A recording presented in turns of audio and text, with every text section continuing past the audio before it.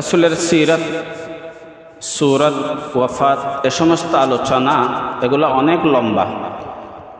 রাসূলের 23 বছর জিন্দেগির আলোচনা এবং রাসূলের শান, মান, মর্যাদা দুনিয়ার কোনো মানুষ বর্ণনা করে শেষ করতে পারবে না। যে কথা কবি বলেন, কর সকে কোন বয়ান শান রসূল আরবি, कर सके कौन बया शान रसूल अरबी, बरतरज वहम गुमा शान रसूल अरबी। রাসূলের শান মর্যাদা কে বর্ণনা করতে পারবে? কারা পারবে? কেমনে পারবে? কারণ মানুষ, तमाम দুনিয়ার মানুষ জ্ঞান বিজ্ঞানের জগতে যেভাবেই চিন্তা করুক না কেন রাসূলকে নিয়ে, এটা তো আমাদের মানুষ এবং জ্ঞান বিজ্ঞানের যুগে সমস্ত বৈজ্ঞানিক এবং চিন্তা চেতনার অনেক ঊর্ধ্বে রাসূলের শান, রাসূলের মর্যাদা সম্ভব নয়। যার কারণে আরেক কবি বলেন, লা ইউমকিনু সানাউ কামা কানা হাক্কাহু বাদা জুহুদা বুজুর্গ তুই কিসায়ে মুখতাসার। সম্ভব নয় রাসূলের শান মান মর্যাদা বর্ণনা করা। একটা কথা বলা যেতে পারে, আল্লাহর পরে যার সম্মান সবথেকে বেশি তিনি হচ্ছেন বিশ্বনবী রাহমাতুল আলম সাল্লাল্লাহু আলাইহি ওয়াসাল্লাম। তো আমাকে বিষয় দেওয়া হয়েছে রাসূলের মৃত্যু সম্পর্কে কিছু আলোচনা করার জন্য। রবিউল আউয়াল মাস শুধু রাসূলের জন্মের মাস নয়, এটা রাসূলের মৃত্যুর মাসও। রাসূলের জন্ম নিয়ে ইখতিলাফ থাকতে পারে, কিন্তু মৃত্যু সম্পর্কে তেমন কোনো ইখতিলাফ নেই। আল্লাহ তাআলা বলেন, রাসূল ইন্নাকা মাইয়িতুন, আপনি মারা যাবেন, ওয়া ইন্নাহুম মাইয়িতুন, তারাও মারা যাবে। অর্থাৎ কাফের মুশরিক বেঈমান যারা রাসূলকে নাহক বলতেছে, তো কিয়ামতের ময়দানে আপনিও আসবেন, তারাও আসবে, হক কোনটা নাহক কোনটা ফয়সালা হয়ে যাবে, একথা বলছেন। তাহলে রাসূল যে ইন্তেকাল হবেন, রাসূল মরে যাবেন, এটা কোনো খারাপ কথা নয়। কারণ দুনিয়া যার জন্য সাজানো হয়েছে, বিয়ে বাড়ি যার জন্য সাজানো হয়েছে, দুলা জামাই, সে যদি এসে যায় তাহলে বিয়ের অনুষ্ঠান শেষ হয়ে যায়। এই পৃথিবী, গোটা পৃথিবী সাজানো হয়েছে আল্লাহ রাসূলের জন্য। তিনি যেহেতু এসেই গেছেন, তাহলে পৃথিবীর দরকার নেই, কিয়ামত হয়ে যাবে। তো আল্লাহ রাসূল দুনিয়া থেকে চলে যাবেন, দেহ থেকে রূহ চলে যাবেন, এই কথাটা আল্লাহ তাআলাই বলছেন। হুজুর আপনি মারা যাবেন, তো আল্লাহ রাসূল ইন্তেকাল হয়ে গেলেন, যাবেন, একথা আল্লাহ পাকও বলছেন, সাহাবায়ে কেরামও দেখছেন। বিদায়ী হজের সময় আল্লাহ রাসূল ভাষণ দিতে গিয়ে বলেন, আল-ইয়াউমা আকমালতু লাকুম দীনাকুম ওয়া আতমামতু আলাইকুম নি'মাতি ওয়া রাদিতু লাকুমুল ইসলামা দীনা। এই আয়াত নাযিল হওয়ার সাথে আল্লাহ রাসূল যে দুনিয়া থেকে চলে যাবেন তার ইঙ্গিত বহন করেন। 11 হিজরি জিলহজ মাসের 11 তারিখ সূরা নাসর নাযিল হয়েছে। সূরা নাসর নাযিল হওয়ার পরে সাহাবায়ে কেরামগণ তার অর্থ বুঝেছে, তাফসীর বুঝেছে, মাহিত্য বুঝে নাই। রাইসুল মুফাসসিরিন হযরত আব্দুল্লাহ ইবনে আব্বাস রাদিয়াল্লাহু তাআলা আনহুর কাছে হযরত ওমর রাদিয়াল্লাহু তাআলা আনহু জিজ্ঞাসা করল, আব্দুল্লাহ তুমি বলো এই সূরার মাহিত্যকে। বলছে, এই সূরা নাযিল করে আল্লাহ তাআলা বুঝাইয়া দিয়েছেন যে রাসূল আমাদের কাছ থেকে বিদায় নেবেন। অনেকে বলে আল-ইয়াউমা আকমালতু লাকুম দীনাকুম, এটা সর্বশেষ আয়াত। এটা কিন্তু সর্বশেষ আয়াত নয়, এরপরে সূরা নাসর নাযিল হয়েছে।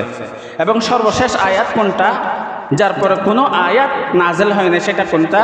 সেটা হচ্ছে আল্লাহ তাআলা বলেন, ওয়াত্তাকু ইয়াওমান তুরজাউনা ফীহি ইলাল্লাহ সুম্মা তুওয়াফফা কুল্লু নাফসিন বিমা কাসাবাত ওয়া হুম লা ইউযলামুন। সূরা বাকারা। এই আয়াতটি নাযিল হওয়ার পরে আর কোনো আয়াত নাযিল হয় নাই। এই আয়াত নাযিল হওয়ার 1 সপ্তাহ পরে আল্লাহ রাসূল দুনিয়া থেকে চলে গেলেন। আল্লাহ রাসূল সাল্লাল্লাহু আলাইহি ওয়াসাল্লাম বিদায় হজ থেকে আসার পরে হযরতে মুআয ইবনে জাবাল রাদিয়াল্লাহু তাআলা আনহুকে ইয়ামান পাঠাচ্ছেন। কোন সাহাবীকে কোথাও পাঠাতে গেলে আল্লাহ রাসূল মসজিদ থেকে বিদায় করে দিতেন, তার সাথে আগাইয়া দিয়ে আসতেন না। কিন্তু মুআয ইবনে জাবালের সাথে আল্লাহ রাসূলের সাথে এত মুহাব্বত, আল্লাহ রাসূল মুআয ইবনে জাবালের সাথে হেঁটে হেঁটে হেঁটে হেঁটে 7 মাইল গেছেন। 7 মাইল যাওয়ার পরে বিদায় করে দিবেন, এমন সময় আল্লাহ রাসূল মুআয ইবনে জাবালকে বলে, মুআয আসা আল্লাহ তালকা বাদা আমি হাজা, হতে পারে তোমার সাথে আমার আর দেখা হবে না, এটাই শেষ দেখা। কথা বলার পরে তুমি যখন ফিরে আসবে তখন হয়তো আমার কবর দেখতে পাবে, হয়তো তুমি আমার কবর আসবে, দরুদ সালাম করবে, জিয়ারত করবে। কথা বলার পর হযরত মুআয ইবনে জবল কেঁদে দিলেন। কান্দার সাথে সাথে রাসূলও কেঁদে দিলেন, কিন্তু রাসূল কাঁদতেছেন। মুআয যেহেতু না দেখে সেজন্য রাসূল মুখ ফিরাই নিলেন এইভাবে। মুআয পিছনে হয়ে গেল, রাসূল এদিকে হয়ে গেল। এরপরে মুআযকে বলল, কেঁদো না, কেঁদো না। যারা তাকওয়ার উপর মৃত্যুবরণ করবে, পরহেজগারি নিয়ে মৃত্যুবরণ করবে, তার সাথে কিয়ামতের দিন এবং জান্নাতের ভিতরে আমার সাথে মোলাকাত হবে। আল্লাহ রাসূল মদিনা শরীফ পৌঁছার সময় উহুদের ময়দানে যারা শাহাদত বরণ করেছিলেন তাদেরকে বলল, ও শহীদানগণ, তোমরা আল্লাহর রহমতের জন্য তোমাদের জন্য দোয়া করতেছে, আমিও তোমাদের সাথে মিলিত হতেছি। ইঙ্গিত করতেছে আমি চলে যেতেছি। চলে আসলেন জিলহজ মাস, তারপরে মুহররম, তারপরে সফর মাসের 29 তারিখ মঙ্গলবার আসরের পর একটা জানাজা আসছে মসজিদে নববীতে। আল্লাহ রাসূল জানাজা পড়ালেন, দাফন করার জন্য জান্নাতুল বাকিতে গেলেন। জান্নাতুল বাকি থেকে ফেরত আসার সময় রাসূলের মাথা ব্যথা শুরু হয়েছে। এটাই রাসূলের মৃত্যু যন্ত্রণা, এটাই রাসূলের মারজুল মাউত, মৃত্যুর জন্য এটা শুরু হচ্ছে। মাগরিবের পর থেকে রাসূলের যেমন মাথা ব্যথা তেমন গায়ে জ্বর, দুটোটা বেড়ে গেল। আল্লাহ রাসূল মা আয়েশা সিদ্দিকা রাদিয়াল্লাহু তাআলা আনহার ঘরে ছিলেন। জিজ্ঞাসা করতেছে আগামীকালকে কার পালা। আল্লাহ রাসূলের তখন 9 জন স্ত্রী বেঁচে ছিলেন। আগামীকাল কার পালা? বলছে হাফসার কাছে গেলেন। এরপরে কার পালা? বলছে মাইমুনা, রাসূলের স্ত্রী রাদিয়াল্লাহু তাআলা আনহুন্না, ওনার এখানে গেলেন। এভাবে পালাক্রমে যাইতেছিলেন। সাহাবা স্ত্রীগণ চিন্তা করলেন, আল্লাহ রাসূল নিজে বলতেন আমি কালকে অমুকের বাসায় যাব, অমুকের কাছে থাকবো, কিন্তু এবার বলতেছে আমাদের কাছে জিজ্ঞাসা করতেছে কার পালা। তার মানে স্ত্রীগণ বুঝতে পারলেন যে আল্লাহ রাসূল চাইতেছেন যে এই অসুস্থ অবস্থায় মা আয়েশার কাছে থাকুক। তাই তারা সবাই পরামর্শ করে আল্লাহ রাসূলকে বলল যে আপনি যদি চান অসুস্থ অবস্থায় মা আয়েশার কাছে থাকেন, সুস্থ হলে পালাক্রমে নিয়ম তরতিবভাবে আমাদের কাছে আসবেন। সেই দিন ছিল হযরতে মাইমুনা রাদিয়াল্লাহু তাআলা আনহার বাড়িতে। দিন ছিল সোমবার, মঙ্গলবার, বুধবার, 29, 30 2 দিন, তারপরে 12 তারিখ, 12ই রবিউল আউয়াল, 12 দিন, মোট 14 দিন অসুস্থ ছিলেন। বিল ইখতিলাফ, কেউ বলে 13 দিন, কেউ বলে 14 দিন। যাই হোক, সোমবার যখন স্ত্রীগণ অনুমতি দিলেন আয়েশা সিদ্দিকা রাদিয়াল্লাহু তাআলা আনহার বাসায় থাকার জন্য, তখন আল্লাহ রাসূল খুশি হলেন এবং সবার শুকরিয়া আদায় করলেন। তখন বলছে আমি তো হাঁটতে পারতেছি না। তখন হযরত আলী এবং হযরত আব্বাস রাদিয়াল্লাহু তাআলা আনহুমা দুজন দাঁড়িয়ে গেলেন, রাসূলকে উঠাইয়া নিলেন। আল্লাহ রাসূল তাদের কাঁধের উপরে এইভাবে হাত রাখলেন, এইভাবে। পা বসাতে পারে না, ভালো করে পা বসাতে পারেন না, পা কোনোরকম এইভাবে পুরাটা বসাই না, এইভাবে আল্লাহ রাসূল হাঁটতেছেন। কাঁধের উপর বর করে মা আয়েশা সিদ্দিকা রাদিয়াল্লাহু তাআলা আনহার বাসায় গেলেন। আল্লাহ রাসূল দুনিয়া থেকে যাওয়ার বাকি আর মাত্র 5 দিন। সময়ের স্বল্পতার কারণে আমি অল্প অল্প করে ইশারা দিয়ে যাচ্ছি, পুরাটা বলার সময় নেই। 5 দিন আল্লাহ রাসূল বলল যে আমার জন্য 7টি কুয়া থেকে পানি নিয়ে আসো। 7টি কূপ, পানির কূপ থেকে পানি নিয়ে আসা হলো। আল্লাহ রাসূলের শরীরের মধ্যে একটু একটু করে ঢালা হলো। আল্লাহ রাসূল সাল্লাল্লাহু আলাইহি ওয়াসাল্লাম পানি ঢালার পরে একটু ভালো লাগতেছে। নিয়মিত রাসূল মসজিদে যাচ্ছেন, নামাজ পড়াচ্ছেন, কষ্ট করে নামাজ পড়াচ্ছেন।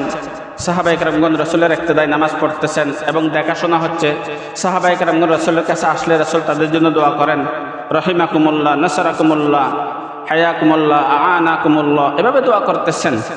আল্লাহ তোমাদের উপর দয়া করুক, রহম করুক, সাহায্য করুক, এভাবে দোয়া করতেছেন। এরপর বুধবার, বৃহস্পতিবার, এরপর সোমবার আল্লাহ রাসূল ইন্তেকাল হয়ে যাবেন। বৃহস্পতিবার আব্দুল্লাহ ইবনে মাসউদ রাদিয়াল্লাহু তাআলা আনহু আসছেন, এসে বলতেছি ইয়া রাসূলুল্লাহ, আপনি তো মনে হয় দুনিয়া থেকে চলে যাওয়ার সময় হয়েছে, এটাই তো আমার মনে হচ্ছে। তখন আল্লাহ রাসূল বলল, মনে হয় তাই। স্পষ্ট করে বলে না আমি চলে যাব, কারণ বেশি হতাশ হয়ে যাবেন সাহাবী, সেজন্য বলছে ইয়া রাসূলুল্লাহ, আপনি যদি ইন্তেকাল হয়ে যান, আপনাকে গোসল কে দিবে? বলছে আহলে বাইত, আমার পরিবার, আহলে বাইত। তো আপনাকে কাফন কে পড়াবেন? বলছেন আহলে বাইত। তো আপনাকে জানাজা কে পড়াবেন? যখন জানাজা কে পড়াবেন এ কথা জিজ্ঞাসা করলো, তখন আল্লাহ রাসূল কাঁদতেছে, বলতেছে আমাকে যখন গোসল দেওয়া হবে, কাফন পড়ানো হবে, তখন তোমরা সবাই এখান থেকে চলে যাবে। এখান থেকে চলে যাবে। যাওয়ার পরে আমার দুইজন ফেরেশতা জিবরাইল মিকাইল আলাইহিমুস সালাম আসমান থেকে আসবেন, এসে আমার উপর দরুদ সালাম পেশ করবেন। আমাদের দেশে রাজা বাদশারা মারা গেলে সেনাবাহিনী প্রধান, নৌবাহিনী প্রধান এরা গার্ড অফ অনার দেয়। বিশ্বনবী রহমতুল আলম সাল্লাল্লাহু আলাইহি ওয়াসাল্লাম গোটা বিশ্বের সমস্ত রাজা বাদশাদের বাদশা তিনি মারা যাবেন, তাকে গার্ড অফ অনার কে দিবেন? জিবরাইল এবং মিকাইল আলাইহিমুস সালাম।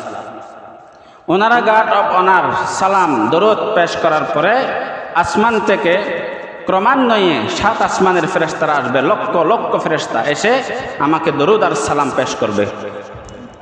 এরপরে আমার আহলে বাইতের পুরুষ যারা আছে তারা এসে আমার উপর দরুদ সালাম পেশ করবে। অর্থাৎ এটাই জানাজা রাসূলের, এটাই জানাজা। আমাদের স্বাভাবিক আমরা যে জানাজা পড়ি সেরকম নয়, একজন ইমাম থাকবে, পিছনে মুসল্লি থাকবে, এরকম নয়। খাটিয়ার চারপাশে দাঁড়িয়ে দরুদ সালাম করবেন আমার আহলে বাইতের পুরুষরা। এরপরে মহিলাগণ আসবেন, এরপরে তাদের সন্তানেরা আসবেন, এরপরে তাদের চাকর চাকরানি গোলামবান্দি তারা এসে আমাকে দরুদ সালাম পেশ করবে। এরা যাওয়ার পরে মক্কা শরীফের সাহাবি যারা হিজরত করে মুহাজির সাহাবি তারা পুরুষগণ আসবেন, তারা আমাকে দরুদ সালাম করবেন। তারপরে তাদের স্ত্রীগণ মহিলাগণ আসবেন, তারপরে তাদের সন্তানেরা আসবেন, তারপরে তাদের চাকর চাকরানি নৌকারানিরা এসে আমাকে দরুদ সালাম পেশ করবেন। ওনারা চলে যাওয়ার পরে আনসারি সাহাবিদের পুরুষ যারা আছে তারা আমাকে এসে দরুদ সালাম করবেন। এরপরে তাদের স্ত্রীরা আসবেন, এরপরে তাদের সন্তানেরা, এরপরে তাদের নৌকরানি অর্থাৎ গোলামবাদী কাজের লোক যারা আছেন তারা দরুদ সালাম পেশ করবে। সব শেষ হয়ে গেলে তারপরে তোমরা আমাকে আল্লাহর দরবারে সুপর্দ করে দিবা, অর্থাৎ দাফন করে দিবা।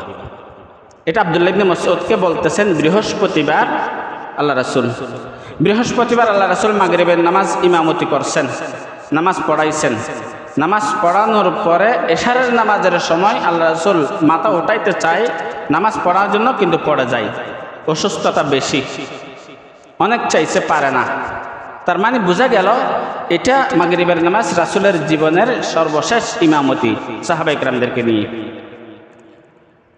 পারতেছেন না, আবু বকর সিদ্দিক রাদিয়াল্লাহু তাআলা আনহুকে বললেন যে আবু বকরকে বলো নামাজ পড়াইয়া দেওয়ার জন্য। আবু বকর ইমামতি করতেছে, সাহাবায়ে কেরামগণ পিছনে কান্নাকাটি শুরু করেছে যে আমরা মনে হয় রাসূলের ইমামতি নসিব আমাদের নসিবে আর হবে না বুঝি। আফসোস করতেছে, কাঁদতেছে। আল্লাহ রাসূল নামাজের দৃশ্য দেখলো, নামাজের দৃশ্য দেখে একটা মুচকি হাসি দিল, পর আবার একটু কাঁদতেছে। মা আয়েশা সিদ্দিকা রাদিয়াল্লাহু তাআলা আনহা জিজ্ঞাসা করলো, ইয়া রাসূলুল্লাহ কাঁদতেছেন যে, কিসের কষ্ট, কিসের দুঃখ? বলছে এটা আমার কষ্টের কান্না নয়, এটা আমার তৃপ্তির কান্না। কারণ আমি এই নামাজ প্রতিষ্ঠা করার জন্য অনেক কষ্ট করেছি, উহুদের ময়দানে দাঁত শহীদ করে দিয়েছি, আমার সাহাবায়ে কেরামগণ জীবন দিয়েছে এই নামাজ প্রতিষ্ঠা করার জন্য। কিন্তু আজ দেখতে পেলাম আমার অনুপস্থিতিতে আমার সাহাবায়ে কেরামগণ যেভাবে জামাতবদ্ধ হয়ে নামাজ পড়তেছে, আমি মনে করতেছি কিয়ামত পর্যন্ত আমার উম্মতেরা এইভাবেই নামাজ আদায় করবে। রাসূলের মনের ভিতরে একটা আনন্দ তৈরি হয়েছে, তার কান্না। এশারের নামাজ শেষ, সাহাবায়ে কেরামগণ একটু অস্থির হয়ে গেলেন।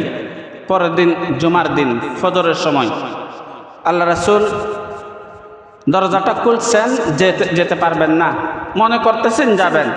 হযরত আবু বকর সিদ্দিক রাদিয়াল্লাহু তাআলা নামাজরত অবস্থায় একটু পিছনের দিকে চলে আসতে চাইতেছে, আল্লাহ রাসূল আসতেছে মনে করে। আল্লাহ রাসূল বলল পড়াইয়া দাও। আবু বকর সিদ্দিক নামাজরত অবস্থা আবার সামনে দিকে গিয়া নামাজ শেষ করে দিল। জুমার দিন আসর এবং জোহর আল্লাহ রাসূল মসজিদে গিয়া পড়ছেন। এবং জুমার দিন জিবরাইল আলাইহিস সালাতু ওয়াস সালাম আসলেন, এসে বলতেছেন ইয়া রাসূলুল্লাহ আল্লাহ পাক আপনাকে সালাম বলছেন এবং জিজ্ঞাসা করছেন আপনি কেমন আছেন। আল্লাহ রাসূল বলছে যে কষ্ট হচ্ছে, মারজুল মউত, মা আয়েশা সিদ্দিকা রাদিয়াল্লাহু তাআলা আনহা বলেন, ইন্না লিল মাউতি সাকারাত, প্রত্যেকটা মৃত্যুর জন্য সাকারাত আছে। এবং আয়েশা সিদ্দিকা রাদিয়াল্লাহু তাআলা আনহা এটাও বলছে, আল্লাহ রাসূলের সাকারাত দেখার পরে দুনিয়ার কোনো মানুষের সাকারাতের ব্যাপারে আমি চিন্তা করি না, কারণ বিশ্ব নবী রাহমাতুল লিল আলামিনেরও সাকারাত হয়েছিল, কষ্ট হয়েছে মৃত্যুর আগে। শনিবার জিবরাইল আলাইহিস সালাতু ওয়াস সালাম আসলেন, এসে আল্লাহ রাসূলের খোঁজখবর নিলেন, এটা আল্লাহ পাক পাঠাচ্ছেন। রোববারও তাই করলেন। শনিবার আল্লাহ রাসূল জোহরের নামাজের সময় দুইজন সাহাবীর কাঁধের উপর ভর করে মসজিদে গেলেন। মসজিদে গিয়া নামাজের আগে সাহাবা ইকরামদেরকে বলতেছেন, আমার সাহাবায়েরা, আমি মনে হয় তোমাদের কাছ থেকে বিদায় নেব। আমি জান এবং মাল নিয়ে তোমাদের সামনে হাজির হয়েছি। দীর্ঘদিন তোমাদের সাথে ছিলাম, তোমরা কে কি পাইবা না পাইবা আমাকে বলো, আমি শোধ করে দেই।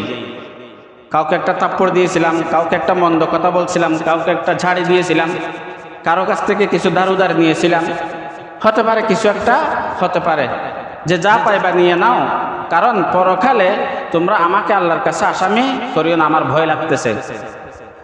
যার জন্য দুনিয়া সাজানো হয়েছে, যার সুপারিশ ছাড়া কেউ জান্নাতে যেতে পারবে না, সে পরকালে অন্যের হকের বিষয়ে কত না ভয় করতেছে। কেউ কিছু বলল না, সাহাবা ইকরামগণ সবাই কান্দে। নামাজ শেষে রাসূল মিম্বারের উপর বসে আবার বলতেছে, বলো কে কি পাইবা না পাইবা, আমি দিয়ে দেব। পরকালে যেন আমাকে তোমরা আসামি না করো, আল্লাহর দরবারে আমার বিরুদ্ধে নালিশ না করো, বলো। কেউ কিছু বলে না। একজন সাহাবী দাঁড়িয়ে গেল, ইয়া রাসূলুল্লাহ, আপনার কাছে 3 দিরহাম পাই। বলছে 3 দিরহাম পাও? বলছে হ্যাঁ। দিতে হবে? কেমনে? এতটুকুন বলছে।